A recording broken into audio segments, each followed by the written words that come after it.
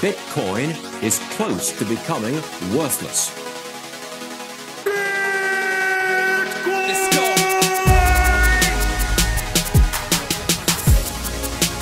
Now, what's the Bitcoin? Bitcoin's like rat poison. Yeah.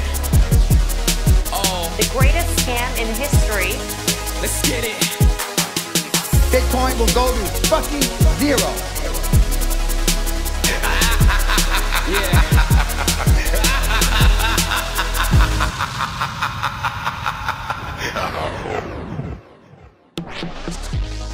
Alright, you ungovernable misfits. I'm your host, Max. Everybody knows that Bitcoin is useless, worthless, and doomed to fail. But what if everyone's wrong? What if it's the system that is doomed to fail? Join me as I speak to some of the brightest people in the space and slither to the deepest, darkest depths of the Bitcoin rabbit hole.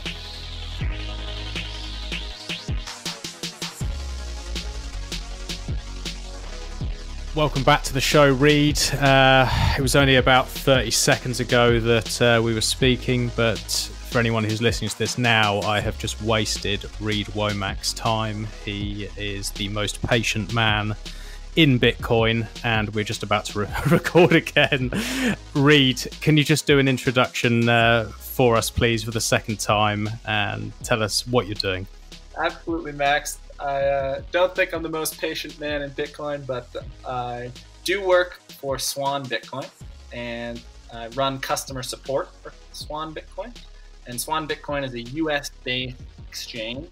That's the easiest and safest way for you to start building a position in Bitcoin and start accumulating Bitcoin. So we do automatic pulls from your bank account, automatic conversions to Bitcoin, and we'll automatically send you Bitcoin. And I run customer support. So anytime you have an issue, anytime our customers have an issue, they contact me and I try and help them figure it out. Or if they have a question about Bitcoin, I spend a lot of my time answering questions about Bitcoin too. That's cool. So what sort of questions do you normally get? If you've got somebody, we said on the last recording already, but you were saying to me you had, mainly people who are already involved in Bitcoin, or the sort of older generation who are more used to just like slowly trickling their money into something. They don't want to just do like one big buy. So what are the questions that you're getting from people? Like what is it that you're helping people generally with on a day-to-day basis? Good question. So as background to start with, we started the company and really catered towards hardcore users who all want to DCA. And as the company's grown, we've now made it more and more and more beginner friendly, and are now starting to see a lot more people who have never even heard of Bitcoin or heard of exchanges who are now hearing about us and coming to us as their first point of reference within Bitcoin, which is great because, like, in our opinion, we're going to do a very good job educating people about what exactly Bitcoin is and the potential for Bitcoin. So now we're getting a lot of questions like, what wallets are, how can I be more private with my Bitcoin, where is my Bitcoin stored, what is a Bitcoin, these sorts of beginner questions, or, the privacy questions are intermediate. We're now getting more and more of those questions in support, which is really validating and fun for me to answer because I get the sense that we're starting to onboard new users into Bitcoin. That's awesome. Yeah, that's really cool. And I love the approach that Swan have. I think that the education part of it is so key, and the fact that you're getting involved with that is brilliant.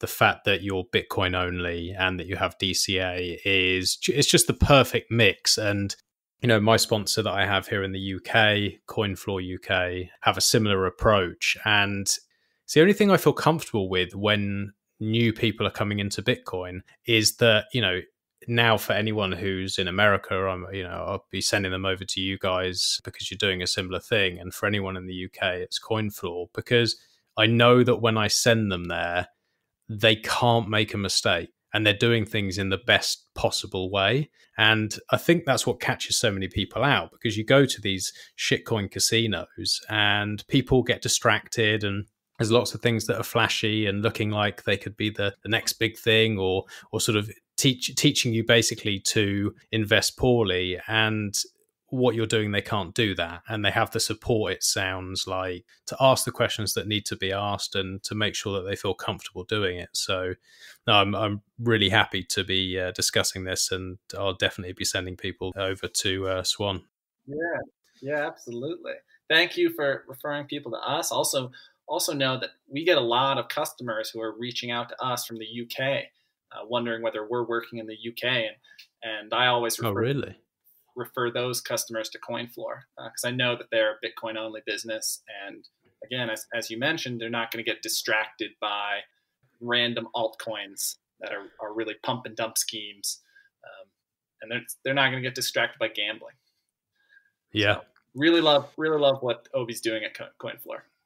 Yeah, he's awesome. And I was so happy to have them get involved and reach out and help sponsor the podcast. And it helps me so much because like I said to you before, it's just allowed me to buy a new microphone, and it's allowing me to just make this show better slowly over time and reach more people, and that's what it's all about. And it's great just to have a company where you can believe in them, because that's the last thing you want from a sponsor, is to be sending people over to a company where you don't really believe in what they're doing, or you don't really trust them. And I could never really do something like that. So no, I'm very happy, and yeah, Obi's fantastic.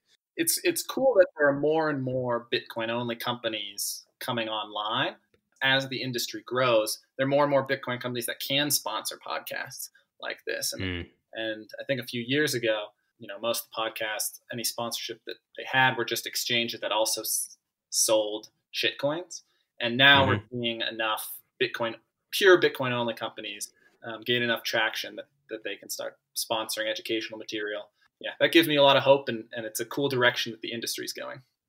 Yeah, I really like it. And I think we're just going to see more and more of it, because after speaking to you, I can tell that, you are a Bitcoiner through and through, and this really matters to you. This is something you care deeply about. And it seems that there are more and more people like that, and that after a while, once you've been in this industry and you've seen all the other scams and bullshit, you do get to this point where you're just like, this is the only thing that matters. And as far as I can see it, it's the only thing that's going to matter for a long time or ever. And just having that peace and knowing that you're on the right path and you're setting people on the right path. And I can't see that these shitcoin casinos last long term. And I think the people who move into Bitcoin only first, they're going to have that respect for a lot longer. And I'm sure these casinos make a lot more money, and that it's easy to just scam people out of their money. But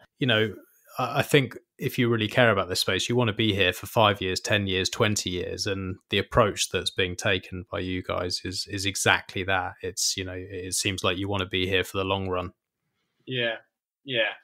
Want to be here for 40 years, at least 40 years. And that's the timeline and timescales that we're looking at and thinking about and trying to build a brand for, and trying to build educational materials for, and build a reputation for, really. I personally look at shitcoin casinos and a lot of crypto exchanges as a very different business model from what we're doing. And we're almost not even competing or in the same industry. And naturally, we're going to try and draw users who are using BitMEX or using Binance. We're going to try and draw those users to really start DCAing just into Bitcoin. But like the ethos of the company, the vision of the company is very different. And hopefully over time, over multiple years, as people recognize the importance of just Bitcoin and going Bitcoin only, our reputation will grow significantly, and people will respect the fact that we haven't sold out to scams, or we haven't tried to manipulate our customers into buying something that isn't a good long-term investment. That's brilliant. And what made you sort of come into this space? Were you already in finance, or were you anything to do with this sort of industry, or doing something completely different? Not at all. I went to Dartmouth College in New Hampshire, and graduating out of there, most of my friends went to finance. So most of them went to Wall Street and either worked for consulting companies in Boston or New York, or worked for investment banks or, boutique investment banks. And so even back then in 2014, I had the sense that finance was like a little corrupt, that there was something not quite right about the world of finance. But I had all these incredible smart people, many of whom had studied engineering or computer science, skills that could transfer really well to other industries, who are getting sucked into Wall Street, to create trading algos or to build relationships for various funds and fund managers. I saw so many friends go into finance and couldn't put my finger on why it was so icky until much more recently when I've got into Bitcoin, but had a sense that it was really something was rotten in the state of Wall Street. And so I tried to get sort of as far away from that as possible, and spent essentially 4 years in very remote locations, either teaching in small private schools in a town of 900, or actually leading expeditions out into the woods for anywhere between a week to 50 days at a time. And so I tried to get as far as I could from Wall Street, even though all my friends were working there.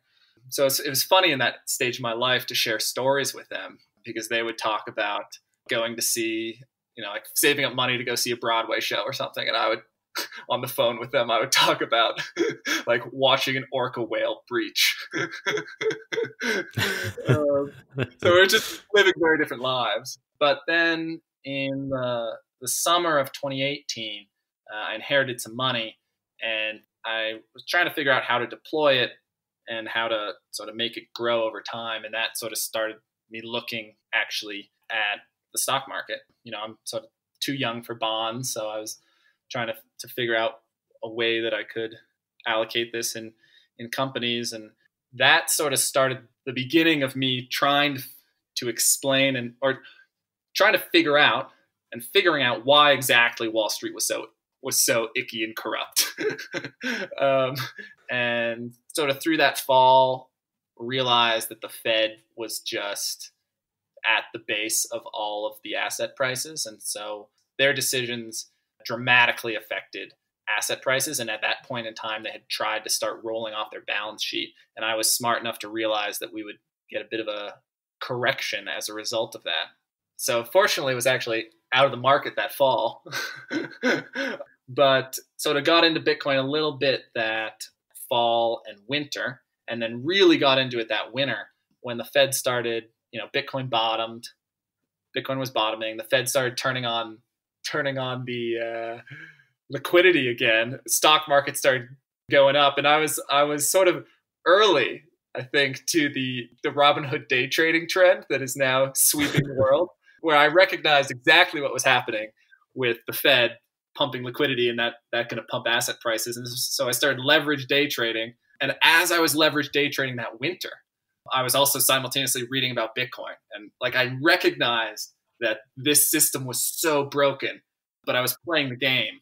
And then essentially at some point that spring, just recognized that I was taking so much risk that I'd finally come around to see all the ways in which Bitcoin wasn't risky and was reducing the individual's risk, that you no longer had to trust the Fed or your custodian, or really those two things that are sort of the major risks in the stock market. Is like, what's the Fed going to do? And also like, my custodian who says they have these stocks, do they actually have these stocks?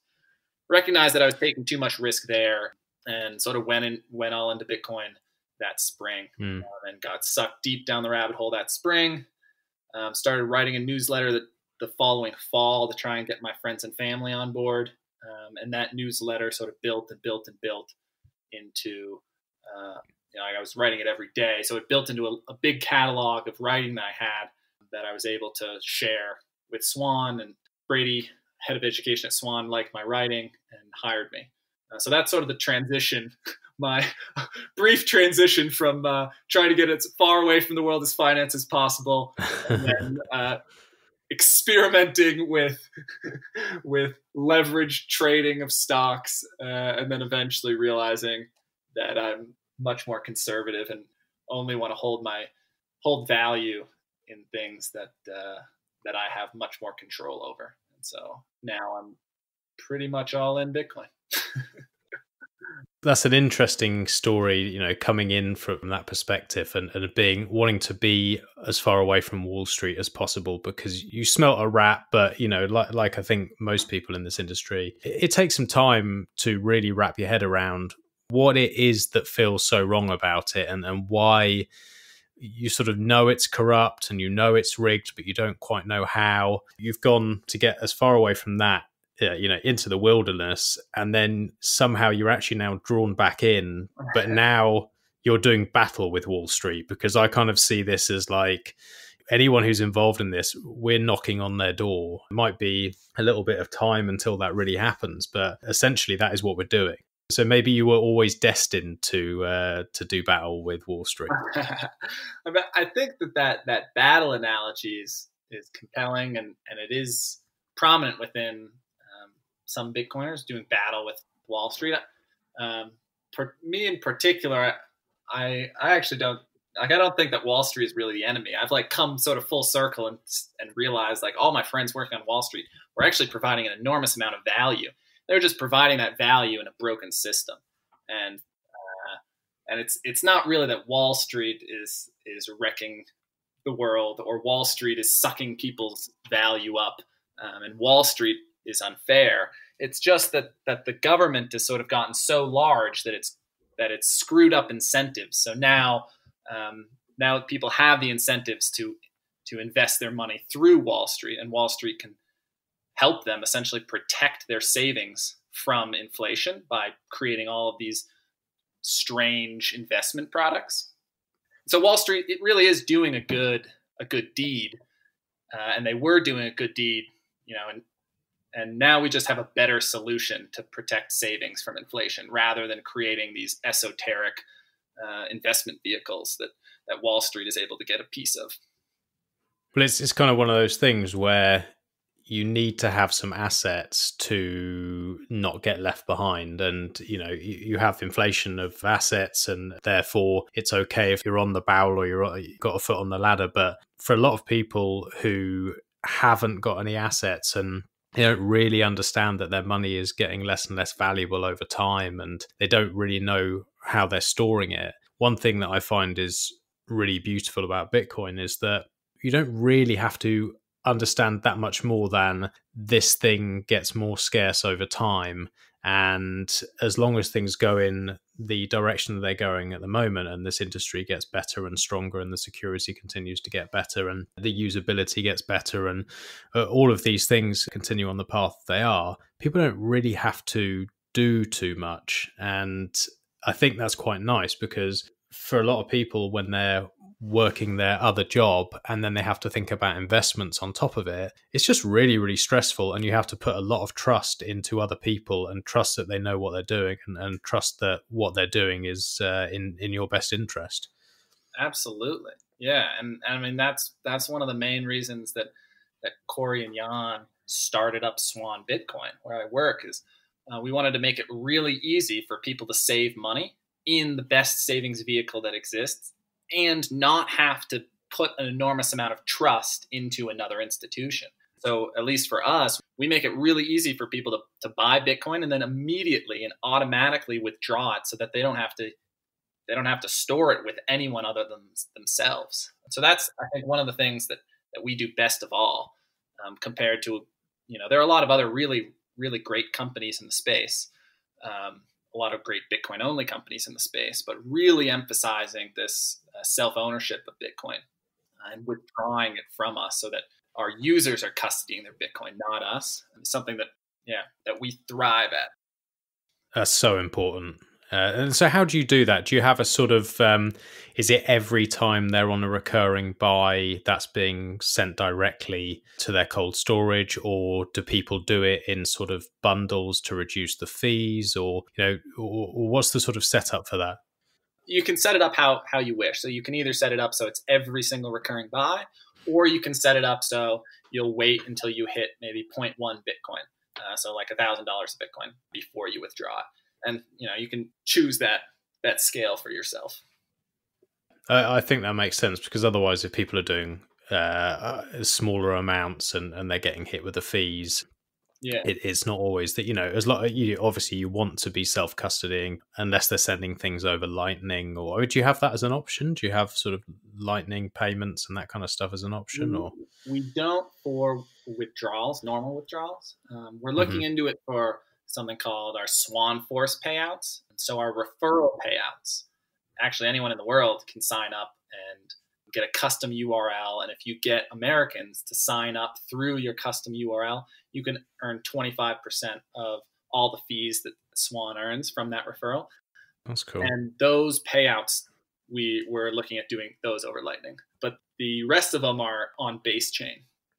Yeah, that's a nice setup. It can't be stressed enough how important that is, that people take control of their Bitcoin. It's something that it's kind of hard for people to wrap their head around, and we're so used to having to trust banks and institutions to look after our things, and it can be a little bit scary. But I assume that's why you have your Swan education. Yeah, and that's another thing I think we do pretty well is we have a series of podcasts. We've just started doing weekly AMAs, Ask Me Anything, with Brady and I, where we get a lot of really good questions in the YouTube chats about Bitcoin in general. So we got that just starting out. We have Swan Signal Live, which is a weekly show that brings sort of the best and brightest in Bitcoin together. Brady hosts that, and that does a really good job of teaching people about Bitcoin. And then we also just have a blog and newsletters, and we're always sort of creating content, trying to share with our users to try and educate them more about what Bitcoin is and how to take care of their Bitcoin. Yeah, that's great. It's so key, and it does take time. We were saying previously, you have to kind of be quite an obsessive personality to really fall down the rabbit hole and really care deeply about this stuff. But I imagine there are also people who are just like, well, you know what, this is something that makes sense to me. I like that it's scarce, and I like that it's kind of a hedge against everything else that's going on. And maybe they're not sort of ideologically attached to it, but they're thinking, well, this is just a smart and wise thing to do, and they're the people that really that education is going to help over time. So no, I think that's brilliant that you're doing it. Yeah, we're seeing a lot of those types of people come on board with Swan. A lot of people who it's their first time ever buying Bitcoin, or that they just heard about us through Swan Signal Live, and maybe have owned a little bit of Bitcoin before, but don't really understand it. And we're onboarding them and teaching them a little bit more about Bitcoin as a savings technology rather than this speculative trading vehicle. Yeah, that's great. And with your role and what you're doing, it sounds like it's kind of, you're getting involved with the podcast, you're getting involved in the education, but is it also a case of people are emailing, or you're having to pick up the phone and go through things with them as well? Like, how far does your role go with that kind of stuff? Absolutely. Yeah. Most, probably 40% at this point is through a CMS system, sort of through Zendesk, people just writing in emails essentially to us. I do a fair amount though, another 50% probably through Twitter or Reddit or LinkedIn, sort of more informal channels. And then we've 10% now is sort of starting to be phone calls. So we now have a phone line, and I'm able to just talk to people. And that in particular is really helpful for a lot of our older users. It can be pretty anxiety inducing to try, and if you don't know anything about Bitcoin and you know that it's stored sort of digitally in the ether, to go to this website, sign up, and not really know that there's a human behind the website. And so it's really nice and really helpful for us to take phone calls from people who are concerned about whether our company even exists, but also who have legitimate questions about what Bitcoin is and what we do. So that's been really, really rewarding. That we started doing more of the last 2 weeks is a lot more phone calls. Yeah, that's great. And you were saying to me earlier about your previous work and going out to the wilderness, and you were saying about your meditation and things. And I really wanted to just dig a little bit deeper onto that, because it's something that absolutely fascinates me, and I know I should do myself, and I know it's incredibly helpful. Is that something that has helped you through this transition and learning about Bitcoin and dealing with newcomers and everything that goes along with it? Is it something that's been a good tool to have at your disposal? Absolutely. I'm bullish on meditation for sure. You're stacking meditation. stacking meditation every day. Exactly. As background, that before I got into Bitcoin, that was sort of my last really intense obsession, and it had gotten so intense that I was actually thinking of joining a monastery. I went on multiple silent meditation retreats, and even after deciding not to join the monastery, I was still meditating 2018 fall about 3 or 4 hours a day, and then reading books the rest of the time and going on quiet walks alone. I went really, really deeply into meditation a few years ago, and coming out of that, two of the benefits I think that have bled over, shall we say, into Bitcoin. There are many benefits of meditation. I'm happier, more balanced, but two of them are better ability to concentrate and focus really intensely on one thing for long periods of time, which is helpful when you're trying to learn about this very strange new technology, and you're trying to learn about the history of money. You got to study up. You got to read a lot. It's a steep learning curve, isn't it? Yeah. So that meditation helped build that focus. But I think that the main thing it did was that it taught me to let go of preconceptions, because in meditation, you're always letting go of whatever story you're telling or whatever narrative you are projecting onto your base experience. You're always just letting that go and trying to just experience your base experience rather than the story of your base experience. So letting go of the thoughts and narrative and experiencing like true reality. And that actually has a lot of parallels to Bitcoin education, where you have to let go of a lot of narratives that you don't quite realize you believe in until you really start looking at Bitcoin. Narratives around what the government is, narratives around greed and selfishness, narratives around capitalism, socialism, narratives around taxation and family, like even narratives around like what you should eat, or gender narratives. These are things that start to, you start to question or let go of once you get deep down the Bitcoin rabbit hole. And that process of letting go of narratives is very similar between meditation and learning about Bitcoin. What you just said there about sort of letting go and accepting that, maybe we had the wrong idea about things, or maybe the things we were so sure of were actually wrong. And, that's something for me personally. I haven't really meditated. I've tried. I think that honestly, the most I've ever managed was 10 minutes, and it was so hard. I was doing that. Oh, what's it called? Headspace. Have you heard of that one? Yeah. And I tried for weeks and weeks and weeks and made myself do it. But I think maybe I'm a bit ADD, but it was the hardest thing I've done was trying to just switch off. I found it impossible. But I wish I'd have stuck with it, because what I found learning about all this stuff, and once I got fairly deep into it all, I had to admit to myself that everything I thought I knew was wrong. And that's quite like a scary realization. And, I imagine that if you do have that kind of that ability to strip everything back and just take everything back to the most simple sort of just a breath and then build from there, must have helped a hell of a lot. It certainly does. That fear, though, that you mentioned, and the scariness of letting go of all of the narratives that you believe, is a very real obstacle, both in Bitcoin journey and also in meditative journey.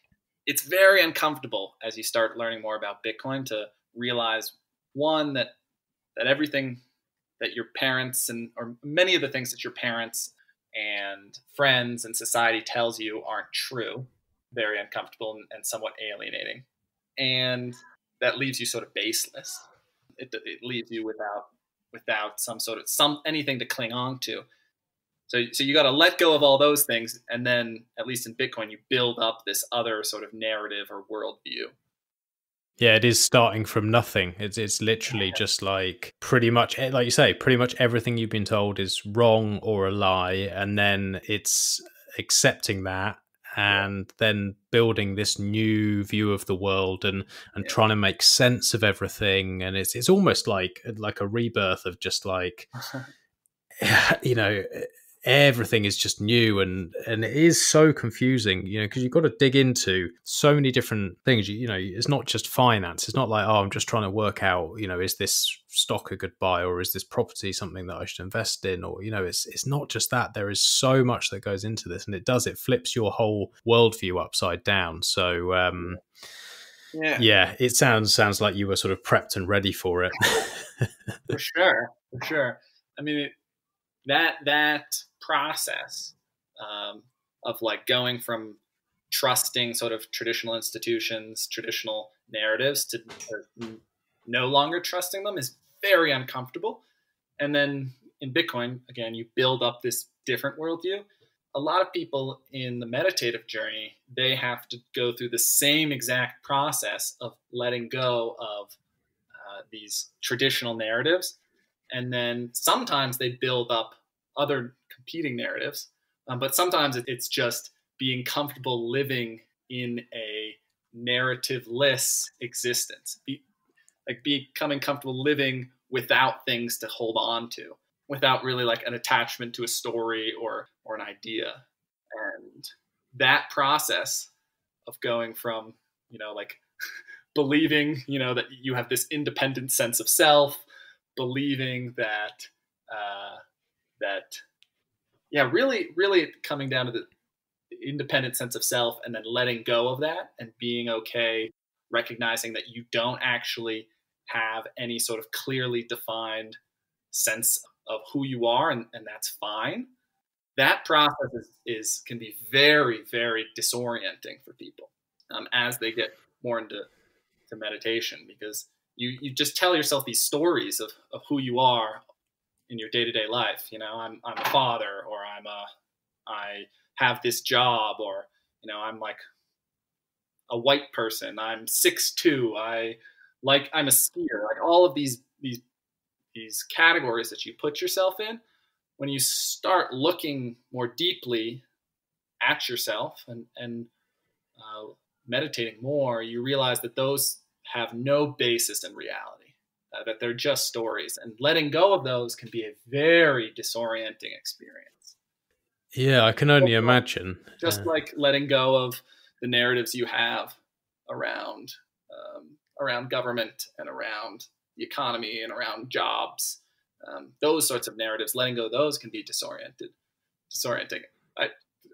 I sort of think that actually the narratives around that you have to let go of in the meditative journey are even more profoundly disorienting, but it is similar. It is similar.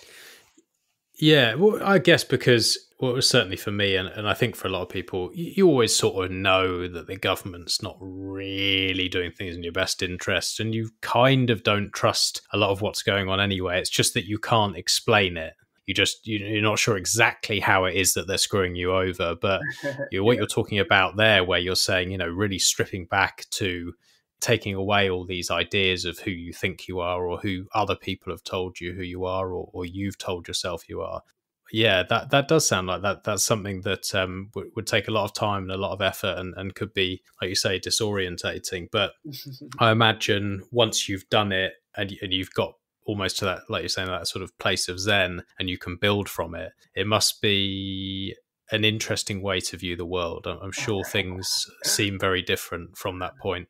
Well, don't necessarily think that it's some end goal that I've, achieved. It's this ongoing process of just any time I recognize like I'm falling into this box of a static box of who I think I am, just like constantly letting that go and getting rid of that. So training yourself more and more to just let go of those stories that are wrong. For me, at least, I'm not trying to build up a competing story. I'm just trying to actually like let go of any story. Have you got any tips for someone like me who finds 5 minutes of meditating like almost impossible? Are there any sort of tricks or tips that you can give? Yeah, I think that your experience is totally normal. That everyone, when they first try and start meditating, first notices that their mind doesn't stop, and then judges their mind for not stopping. And the next step, after you notice that your mind can't stop and that you judge your mind for not stopping, the next step really is to just forgive your mind for judging your mind. Like, okay, recognize that you can't stop thinking, and that's okay. So sort of like giving up a little bit. You like don't have to chase after this like the pure experience of what you think you should be doing when you're meditating, and you instead open yourself up to a little bit more compassion, a little bit more forgiveness and awe of what is actually happening. So it's okay if your mind is just running and running and running. You just accept that and are aware of that. And the more you accept and are aware of that, actually, the more your mind will quiet. But the more you fight it and say like, "Oh, I'm screwing this up," like you're just getting, you're just getting caught in these narratives, like narratives around like I'm meditating wrong. That's still a narrative that's not true, So. Is it a bad thing to meditate? Because when I was listening to my doing this app, it was saying, "Oh, you have to sit and sit there and keep your arms to your side and whatever, or rest them on your on your lap, or whatever." I always found like the only time that I could do it at all well was if I was just lying down flat on the floor on my back. Yeah. Is that a bad thing? No, do that. If that works for you, do that. All right, I'm going to give it a go. I want to be more Zen like you. I want to be Zen enough that when I've recorded 40 minutes of a podcast and then the idiot podcaster, their computer locks itself down, shuts everything off, and you lose everything, for you just to be like, yeah, that's fine. That's fine. I'm not going to get annoyed. I'll just record another one. I'll just waste another hour of my life for this guy. No, I'm happy to talk to you. I'm happy to record another podcast if this one gets deleted as well. No, don't tempt fate. Don't tempt fate. On the note about lying or sitting, especially when you're first getting into meditating, just take whatever position feels most comfortable for you. And that could be standing for some people even. A lot of people it's sitting in chairs, and some people it's lying down. Okay. And especially if you're only going for a few minutes, like lying down is totally reasonable. As you get, like, if you get super serious about meditating, you'll eventually likely find that when you lie down, you'll drift off to sleep. Yeah. Whereas when you sit, it can actually be a more enjoyable, a more peaceful experience where you maintain awareness. But I still meditate lying down sometimes too. Okay. Yeah, it sort of seem like they might go hand in hand in some ways, because I don't know if you've had a similar experience, but for me, since I've fallen down the rabbit hole and got involved with this stuff, I dropped all my other work. It's all I can think about. My mind is constantly running, constantly thinking about what's possible, and it can be quite a tiring way to live, because there's no switch off. It will be in my dreams. It's from every second I wake. Do you find that that's similar with you, that it's just always there at the front of your mind, Bitcoin? Yeah. Yeah. Like you're possessed? Yeah, exactly. Yeah, I can't stop thinking about it, and also not really trying to stop thinking about it. I think a lot of people expect, and I'm not a like advanced meditator by any means, but a lot of people expect that if they meditate, then they'll be able to go through life without, like without thinking or without having their brain go off in all these directions, and that's not really true. You also don't even really want that. Like, you need to be able to think in order for your body to survive. You need to be able to plan, and like, you need to be able to remember your your social security number and your license plate number. Like, these are things that that your brain is very good at. And it's also, though, important to occasionally give your brain a rest. And that's sort of what I look at meditating as now. It's not me trying to pursue any higher state of enlightenment or really like self-improve. It's really just a way to rest back in base awareness, and touch back to that side of me, which is it's a beautiful place that you can go in yourself when you just sort of sit and let thoughts filter through you for a while, but eventually they sort of stop coming, and you can just sit with yourself in the silence. Do you ever sort of finish doing your meditation and come up with new ideas or like heady thoughts that maybe you hadn't before? Does it ever take your thoughts to different places than a normal state, if that makes sense? Yeah, I think so. It certainly produces in the aftermath, or sometimes while you're meditating, you come up with some different ideas that have a slightly different flavor from your normal everyday life. That doesn't, I initially, when I started meditating, I thought that any time I had a thought while meditating, or when I felt deep in meditation and a thought came up, that thought was somehow more profound as a result of the state that I was in, which is not always or even really true. You can be in very, very profound states and think some incredibly moronic thoughts.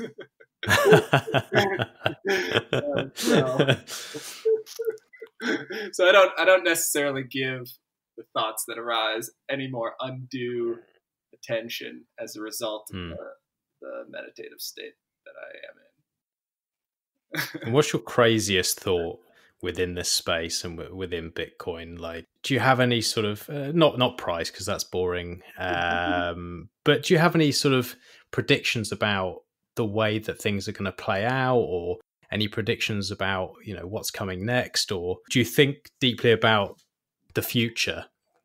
Yeah, I've thought about this a bit this week, as there have been a lot of narratives around, not just this week, but in the last 4 months, people predicting what exactly hyper-Bitcoinization will look like, or how Bitcoin will fix various societal problems. And this week in particular, I've thought more and more about how hyper-Bitcoinization or Bitcoinization and Bitcoin's effects aren't going to be on the societal level. It's going to be on the individual level. And maybe you can cast and tell stories of aggregate individual decisions into these societal patterns. But ultimately, it's not really society or culture that's changing, because that doesn't, sort of according to Austrian economics, that doesn't really exist. Like, you can't really analyze culture or consciousness at the collective level. You analyze it much more at the individual level, and that's the place that I've seen, or that I've seen Bitcoin change people the most, and it's the place that I think will continue to change people the most. So, as much as it's fun and exciting, and I still do this a fair bit, to think about all the ways that Bitcoin will improve traffic or taxation or the environment, like these areas that Bitcoin will touch. As much as it's fun to postulate and theorize about how Bitcoin will fix those, really it's just going to sort of fix individuals and individuals' time preference. And I sort of more and more these last 2 weeks have just come back to ways in which it's fixing my life and helping me be a better person, and then the people around me that are exposed to it, how it's helping them be better people. And that, even though it's not as fun and, and exciting as sort of like drawing these grand conclusions about how Bitcoin will fix XYZ societal level problem, that will ultimately be the way that it does fix those problems, or it will Exactly. guide people toward, caring less actually about fixing societal level problems and caring more about fixing their life, their neighbor's life, and their kid's life. And we'll just care less about these societal level problems, I think, than we are now. Yeah, I think that's a really good point, because if you can fix yourself, and this is a sort of a big theme I see within people who are involved in Bitcoin, is they do start to take care of themselves a little bit more, to think about the future a bit more, to think about family, about their time preference. And like you're saying, if you can just focus on yourself and those around you, just your family and yourself, you are going to make the world a better place. And that all these grand ideas that people have about, oh, I'm going to save the planet, and I'm going to, whatever it is, these grand ideas, they haven't got their own house in order most of the time, and those things are never going to change. You have to start with the man in the mirror. And I think you're absolutely right that it will change enough individuals that eventually that might change society. Yeah, certainly. I guess another way of looking at these societal level issues is that unless you're dealing with it on the ground, you're really just sort of projecting this story out into the world that isn't necessarily true. You're telling yourself the story of something that's wrong in the world, but you aren't really day-to-day experiencing it. And I think more and more, I think as a result of fiat culture, more and more people have gotten sucked into that, of telling these stories of issues in the world that don't really affect them on the day-to-day life, and then feeling like they need to somehow fix these abstract issues, where I think both Bitcoin and meditation teach you to come back to your own life and let go of these narratives of what's wrong with the world, and just sort of try and make your day-to-day experience, the people around you day-to-day experience, the best you can make it. Yeah, and it does sort of spread, doesn't it? I mean, I always think that if you can get your own mind and body in order, and you can sort of create the best life for your family possible, and have great relationships with those that you care about, that then spreads. Because a lot of this desperate to change things, and this kind of idea that it's almost arrogant to think that you can make these massive changes, but if you can look after yourself and your family, then they will hopefully do the same for others, and it does sort of spread out that way. And you create a good environment for your family to be in. They're going to be less anxious. They're going to generally be better people. And I kind of see it like that. It's just little changes, and maybe this takes a long time to play out. Maybe it's multi-generational, and nothing can just be fixed quickly. And kind of Bitcoin does teach you that, because you do have to learn to be patient.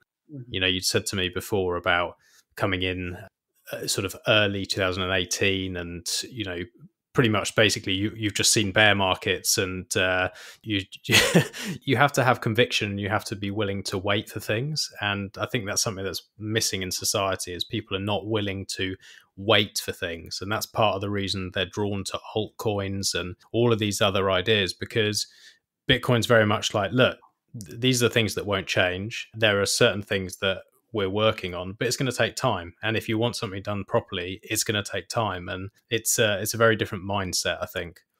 Yeah, very, very different mindset. And that's why I sort of talked earlier about how altcoins and altcoin casinos and what we do at Swan sort of two different industries, because one is really high time preference, like trying to make money quickly, and the other one is looking at things in the long term, and trying to sort of slowly build value for the long term. I don't think that high time preference behavior is going to go away anytime in the next 5, 10, 30 years. I still expect that to pull on people. That people will still want to be able to, make money immediately with leveraged trading of stocks, or leveraged trading Bitcoin, leveraged using altcoins or DeFi or whatever the like high time preference scam of the year is. That will continue.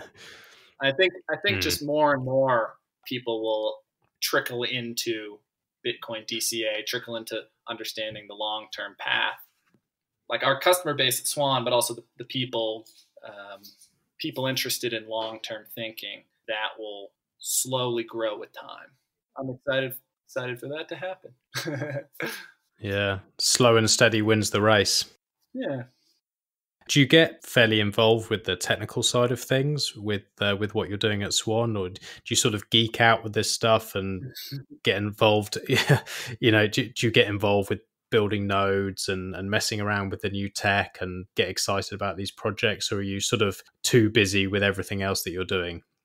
Good question. So as background, I'm not a coder. I tried to get into coding when I was getting into Bitcoin initially, but it didn't make my heart sing. I still actually, as customer service, I am the interface between our developers and our customers. And so I have to understand what's going on behind the scenes in order to communicate that to our customers. And so in plain English, I keep up with the technical developments, not the code per se, but like what the code is actually doing and the logic behind the code I keep up with. Yeah. With us. Yeah.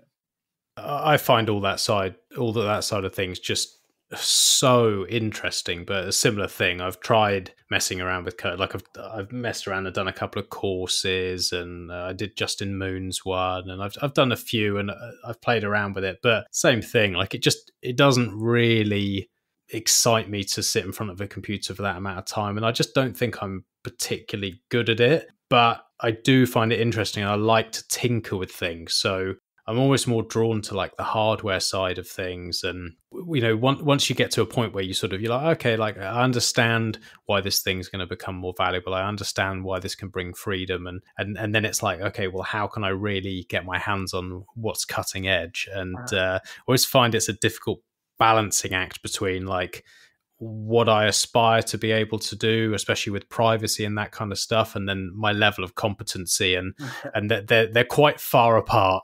Yeah. I'm very much glad we got tinkerers like you, especially on the hardware side. I'm sort of such a conservative. Actually, getting into Bitcoin has made me incredibly conservative, that I don't want to take big risks with tinkering with new like the latest thing to come out. Like I prefer sort of more tried and true methods, and prefer having a lot of people aggregate opinions on things before I like slowly move into it. So I'm glad you were tinkering with setting up the latest node, or setting up more Lightning channels, or trying non-custodial Lightning, because I'm very conservative to do that sort of stuff, and prefer still do that, but make sure it's the features and the products that have been around for a few years and have been battle tested. Yeah, I mean that's definitely wise, especially with sats as precious as they are. Yeah. I can't lose any stats by having a Lightning channel closed down. No way. That's always a worry in the back of your head, isn't it? It's just like with all this stuff, like when you have the conviction, and you're not thinking about okay, what's the current price now? It's actually these things you just don't want to let out of your hand. And again, it's a balancing act of playing with the new tech and not being too reckless. Absolutely. Yeah. All right, Reed. Well, listen, It's been amazing talking to you, and I apologise once again for wasting your time before. I don't know what happened there, but thank you for being so patient. And it's been great. We've had a really interesting conversation. I've loved hearing about what you've done in the past, and I've loved hearing and learning about the meditation. And I will try and do some of it and take your advice, and I'll do it lying down because I thought that was wrong, and I was worrying about, I was worrying about the fact that thoughts were going into my head and getting annoyed. But that's been some words of wisdom, and yeah, it's been a great conversation. And like I said before, I love what you guys are doing. It's absolutely brilliant, and I'll be sending people your way, anyone who's in the US. But is there anything that we haven't covered that you wanted to go through, or anything that I've missed? No, I don't think so. You haven't wasted my time. I really enjoyed our first podcast that we recorded that will never see the world. I know. Really enjoyed that as well. Yeah. And otherwise, people can reach me at Reed Wommack. On Twitter, people can reach me at /Reed Wommack, ReedWommack. You can also email me at reed@swanbitcoin.com. And if you want to start DCAing and you're an American, if you sign up at swanbitcoin.com/Reed Wommack, you get $10 of free Bitcoin drop into your account. So, well, there we are. Excellent. That's great. No, that's brilliant. And I'll link all of that in the show notes as well. And anything that you want linking in there, just let me know before we go live with this, and I'll put it in there. And yeah, I've really enjoyed both podcasts. They've been fantastic. It's been great chatting to you, and I'd love to have you on again in the future. And I'm sure we'll be chatting on Twitter. Thank you for speaking to Snautoshi, because as you know, I got locked out of my Twitter, and he had to organize this interview. So it's been a little bit hectic, but we got there in the end. Absolutely. Thank you so much for having me on. Cheers then, Reed. We'll speak again soon.